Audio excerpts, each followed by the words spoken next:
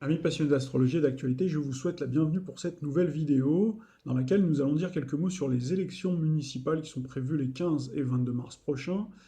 J'avais prévu de réaliser cette chronique plutôt fin février et au début mars, juste avant l'échéance électorale fatidique, tout en sachant que je me suis déjà exprimé sur ce scrutin dans les prévisions et les prédictions 2020 qui sont en ligne sur le blog www.yanis-voyance.com.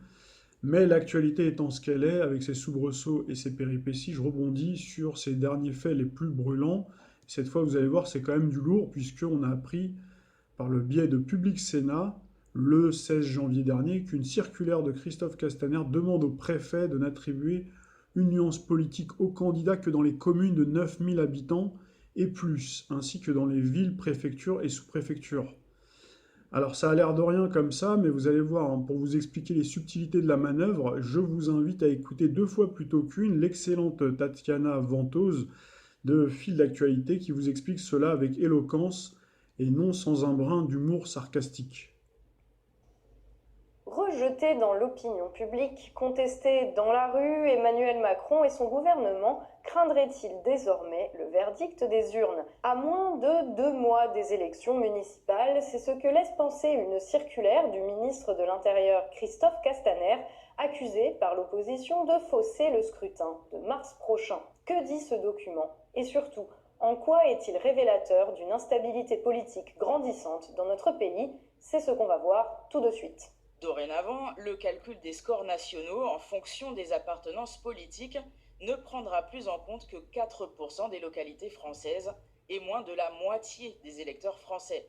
96% des communes ne seront pas prises en compte dans les résultats nationaux, ce qui pourrait bien grossir les scores du parti présidentiel. C'est pas du tout une manipulation. Il y a beaucoup de petits maires, de maires de petites villes en France qui réclamaient de ne pas se voir accoler une étiquette partisane, notamment parce qu'il y a beaucoup de listes au niveau local qui sont des listes de rassemblement où on panache des sensibilités politiques différentes. Et donc il n'y a aucune manipulation en aucune manière sur ce sujet-là. Rendue publique le 16 janvier, la circulaire Castaner relative à l'organisation des prochaines élections municipales a fait l'effet d'une bombe. Avec cette circulaire, les candidats des villes de moins de 9000 habitants ne se verront tout simplement pas attribuer de nuances politiques par les préfectures. En d'autres termes, le soir des résultats, quand les analystes voudront tirer du scrutin des leçons de politique nationale, ils ne pourront le faire que sur la base des résultats enregistrés dans les grandes villes. Et cela change tout, car non seulement les communes de moins de 9000 habitants représentent 52% des électeurs, mais surtout les habitants des grandes villes ont un comportement électoral très différent de ceux des villes petites et moyennes, foyer du mouvement des Gilets jaunes, et dans l'ensemble bien plus critique de la politique du gouvernement. Ne pas les prendre en compte, c'est donc donner l'illusion d'une majorité présidentielle solide sur ses bases, en niant purement et simplement la réalité du vote des Français. Sur quoi vous allez baser, on en parlera peut-être tout à l'heure, la réussite électorale des uns ou des autres aux élections municipales sur les villes de plus de 10 000 habitants? Enfin, il faut dire les choses comme elles sont. Quelle est la préfecture ou pas qui bascule de tel camp à tel autre? Et donc je trouve que c'est faire un mauvais grief que cette affaire-là. Et je le dis ici devant vous, moi qui suis un élu de la ruralité, il n'y a pas de petites communes avec des petits élus. Il y a des femmes et des hommes qui choisissent un engagement militant ou pas. Nous nous étions engagés à faire droit à la demande de l'Association des maires ruraux de France et à l'Association des maires de France. Vous qui êtes président de l'Association des maires ruraux de Gironde, c'est une demande finalement de longue date de votre part? Alors, il faut bien se dire que l'Association des maires ruraux en France, de France, avait effectivement demandé à ce qu'il n'y ait pas, mais attention, ce qu'il n'y ait pas d'obligation. Nous n'avons jamais demandé à ce que ça soit complètement enlevé. À Boussy-Saint-Antoine, dans l'Essonne, 7624 habitants, la commune est désormais trop petite pour que les voix qui se porteront sur le candidat socialiste soient comptabilisées dans les résultats nationaux de son courant politique, comme c'était le cas il y a 6 ans. Moi, précédemment, j'apparaissais dans des listes d'union de la gauche. Mais je vais disparaître. On efface en tout cas la capacité qu'auront les électeurs de Boussy-Saint-Antoine d'adresser aussi un message politique national. Les électeurs de Boussy-Saint-Antoine ne seront pas les seuls à disparaître ainsi des statistiques nationales. Les mairies de moins de 9000 habitants, ce sont 96% des communes françaises, et plus d'un électeur sur deux, dont le vote ne comptera pas dans la moyenne nationale cette année. Nier la réalité, faire comme si elle n'existait pas, une attitude qui peut surprendre de la part d'un pouvoir politique, mais qui semble devenir la marque de fabrique de celui qui nous gouverne actuellement.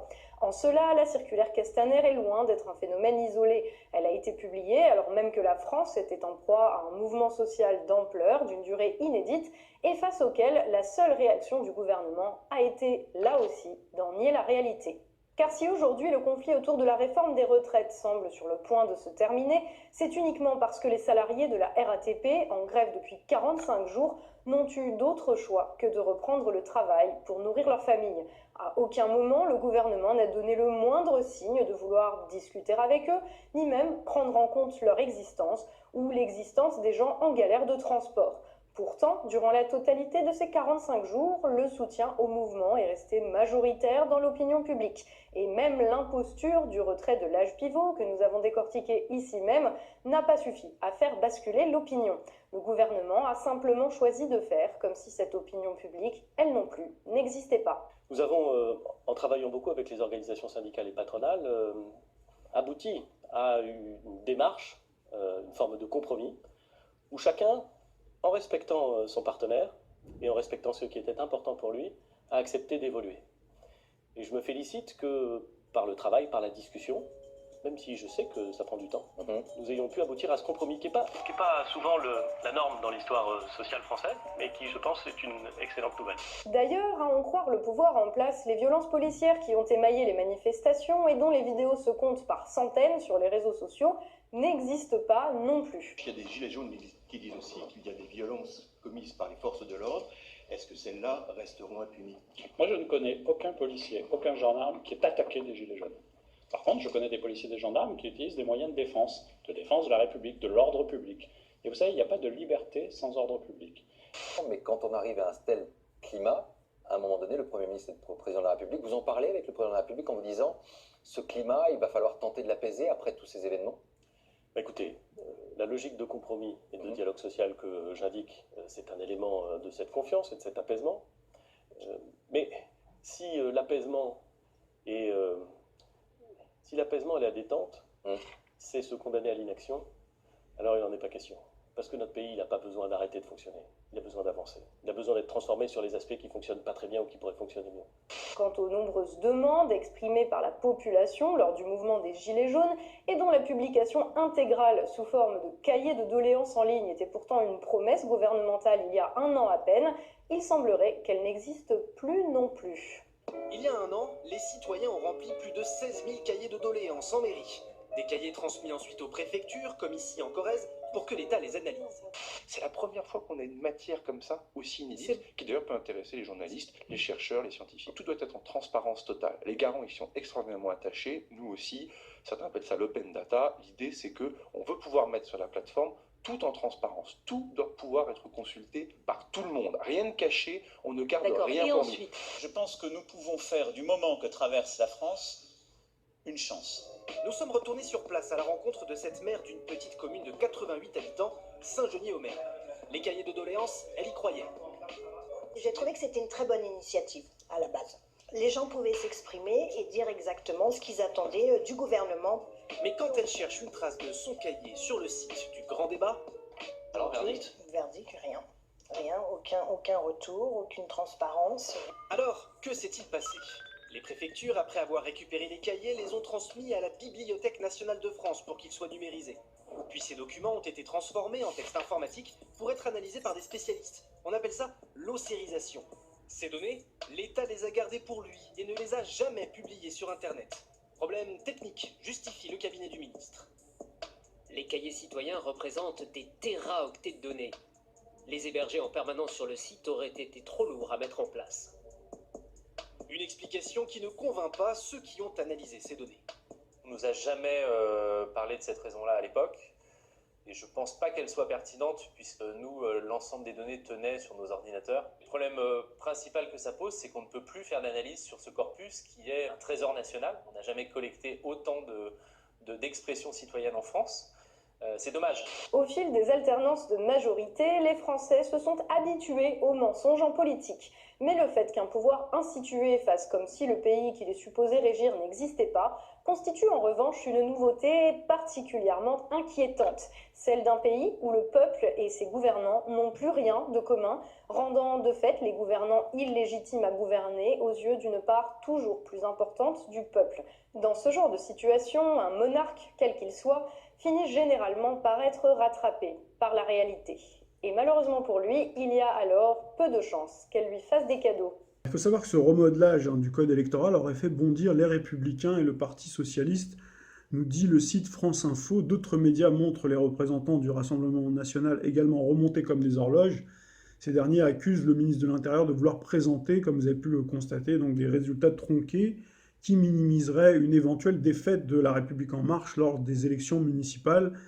Mais je vous rassure, ces cris d'orfraie ne les empêchera pas de continuer de jouer à ce jeu truqué où tous les dés électoraux sont pipés à l'avance et depuis bien longtemps. Ça fait partie du scénario où chaque formation politique aura à un moment donné le droit, comme la géniale fausse pub des Inconnus des années 90, J'aurais ta peau, un jeu Fernand Satan, de tricher. « Eh papa, mais tu triches », disait la jeune actrice à l'excellentissime Didier Bourdon qui répondait non sans un rire avec un coin malicieux « Oui, mais j'ai le droit ». Alors, je propose de jeter un rapide coup d'œil à notre carte du ciel du jour. Nous sommes le vendredi 24 janvier 2020. Donc c'est un jour de grève, de forte mobilisation sociale. Nous retrouvons un soleil qui transite dans le signe du Verseau. Le 11e signe du zodiaque, vous le savez, est un signe qui est gouverné par Uranus. Uranus qui est la planète de la liberté, de l'égalité, de la fraternité. Donc c'est la devise de notre République qui est malheureusement mise à mal en ce moment, et pour cause, puisqu'on retrouve Uranus dans le signe du Taureau, un signe qui n'est pas en harmonie avec le Verseau, puisque le Verseau est un signe d'air, le Taureau est un signe de terre.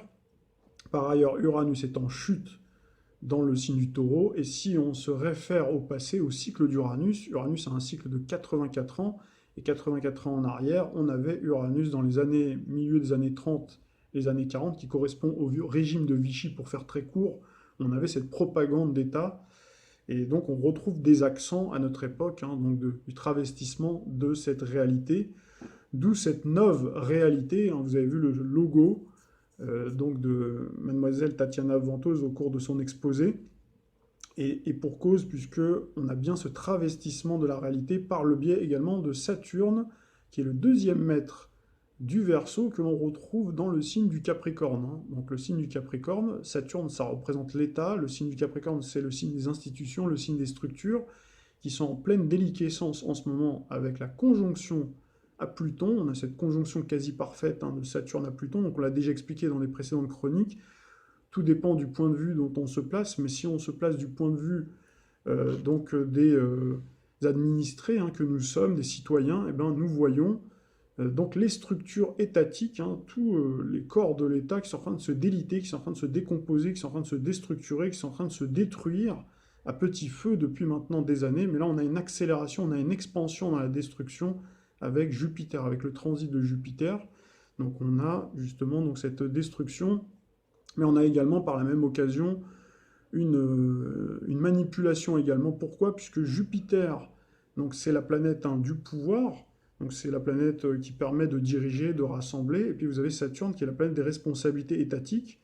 Et vous avez aux côtés de Saturne, vous avez Pluton, donc qui est la planète de la stratégie, qui est capable de passer sans effort d'une stratégie sophistiquée, cuisinée dans des arrière-boutiques politiciennes, à la manipulation, la machination, où tous les coups, même les plus bas, sont permis, même de faire des campagnes ordurières, mais également de changer, de transformer, de truquer le système électoral, c'est-à-dire d'outrepasser ses pouvoirs pour changer les règles électorales. Et pourquoi peuvent-ils faire ça? Puisque, en réalité, ces gens-là ont des pouvoirs limités par rapport à ceux qui leur sont conférés par ce qu'on appelle l'état profond. Donc l'état, Saturne, et Pluton, qui correspond à la profondeur, puisque ça fait référence à Hadès dans la mythologie grecque.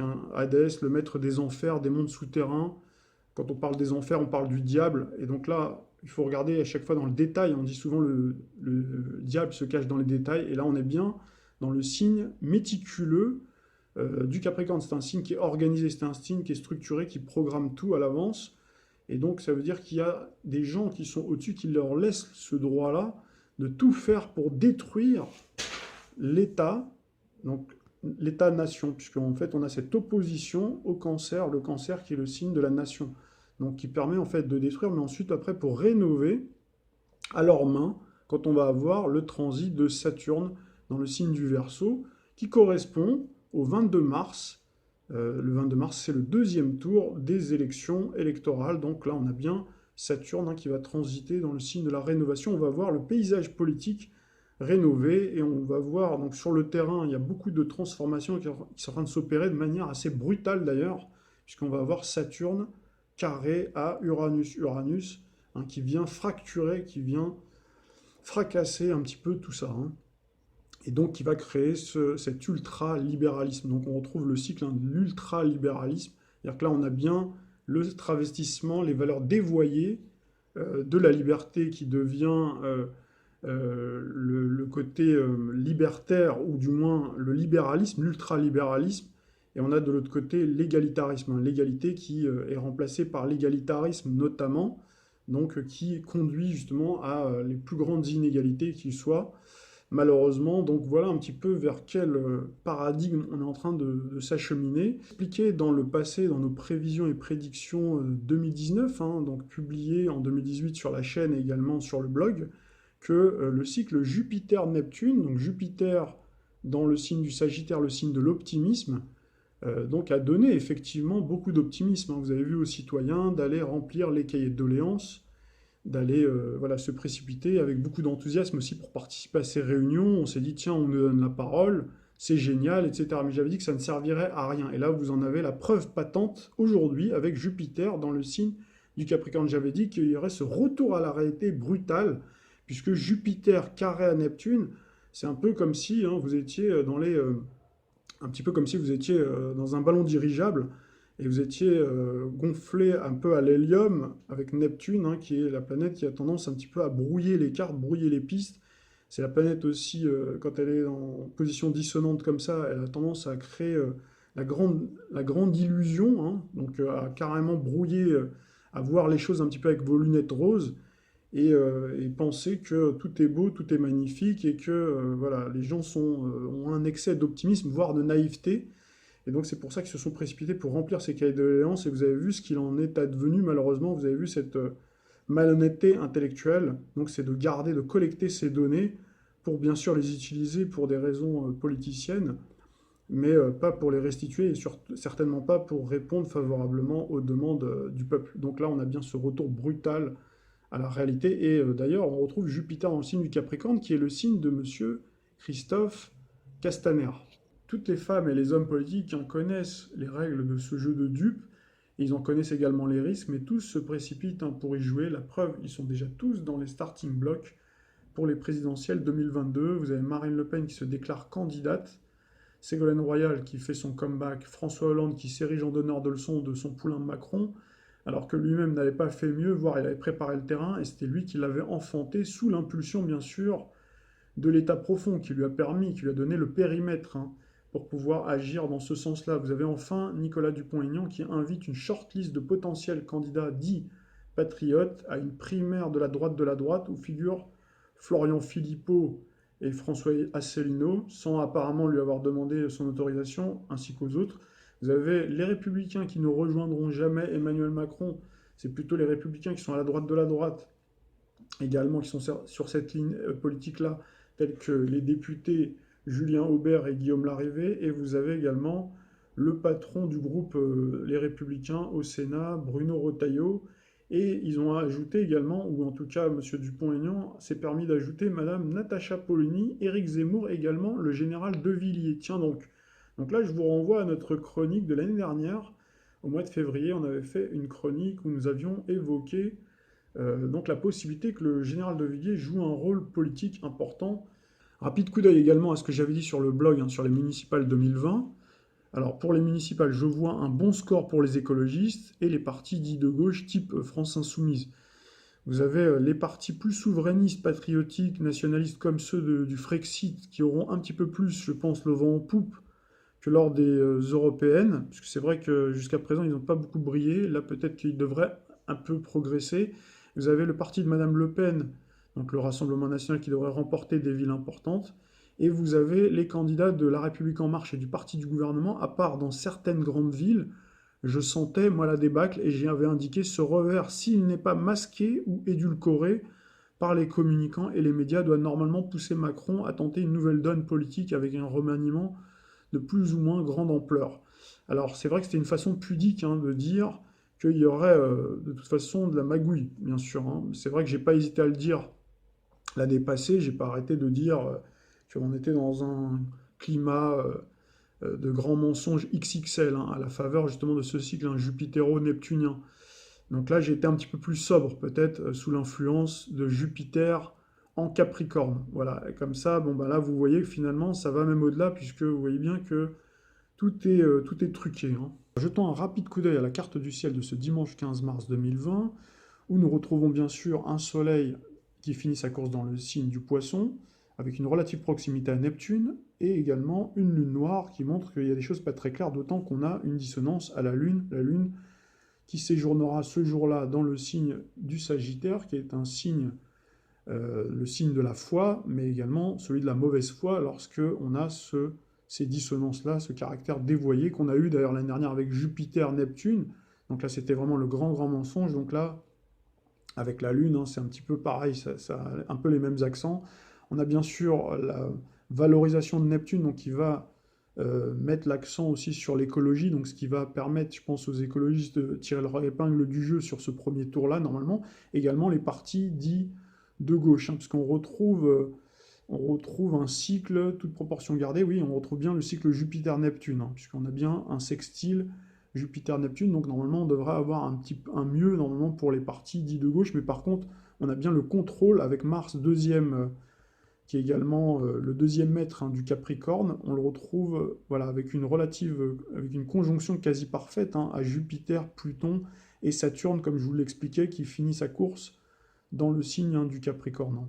Voici enfin sur la carte du ciel de ce 22 mars 2020, au moment où la France découvrira le résultat de ces élections municipales, où vous retrouvez un soleil dans le signe, cette fois-ci du Bélier, avec une conjonction à la Lune noire, donc qui montre bien qu'il y a quelque chose qui n'est pas clair, qui aura été fait de la part du parti au pouvoir, puisque si vous prenez le Bélier, son maître planétaire, c'est Mars. Mars que l'on retrouve en Capricorne, Mars qui est également le deuxième maître du Capricorne, et le Capricorne c'est le signe des institutions, on retrouve Jupiter, on retrouve donc Pluton et Saturne, et Jupiter donc est dans le signe du Capricorne. Le Capricorne c'est le signe d'ailleurs de monsieur Christophe Castaner, c'est également l'ascendant de Emmanuel Macron, donc ça veut dire que probablement le parti au pouvoir se présentera soit comme vainqueur, ou en tout cas on montrera qu'il a limité la casse, ou dans une position plus favorable que celle qu'elle est réellement dans la réalité. Et puis vous aurez bien sûr les partis écologistes qui auront le vent en poupe